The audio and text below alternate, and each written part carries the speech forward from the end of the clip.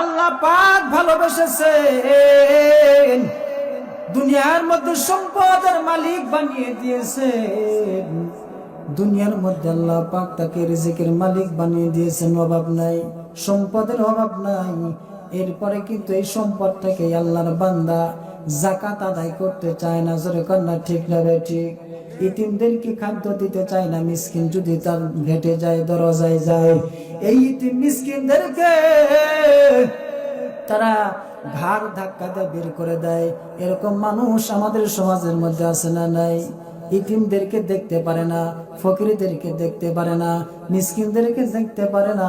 এরপর আল্লাহর রাস্তায় দান করাকে পছন্দ করে না, দেখতে পারে না। কতক্ষণ না আছে না নাই?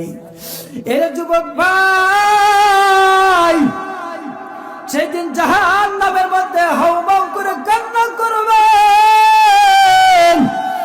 আর ডাক দেবেন, ও জান্নাতীওয়ালা ভাই, আল্লাহ পাক আমাদেরকে দুনিয়ার মধ্যে সম্পদ দিয়েছিলেন, রিজিক দিয়েছিলেন, অভাব ছিল না। কিন্তু জানোনি, আমরা এই সম্পদ থেকে, রিজিক থেকে আল্লাহর রাস্তায় দান করতাম না, আল্লাহর রাস্তায় দান করতাম না। যার ফলে আল্লাহ রাব্বুল আলামিন রাগান্বিত হয়ে আমাদেরকে জাহান্নাম দান করেছেন। অথচ বন্ধুরে, এই যে আজকে মসজিদের উন্নতি কল্পে মাহফিল, যদি বলা হয় ভাই মসজিদের এই জিনিসটা প্রয়োজন, এত টাকা প্রয়োজন, এত টাকা বাজেট আমাদের প্রয়োজন, অনেকেই আছে অ্যালার্জি উঠে যাবে। যেরকম না ঠিক দেবে ঠিক? এক শ্রেণী মানুষ আছে সৎ কাজে দান করতে পছন্দ করে না রে ভাই।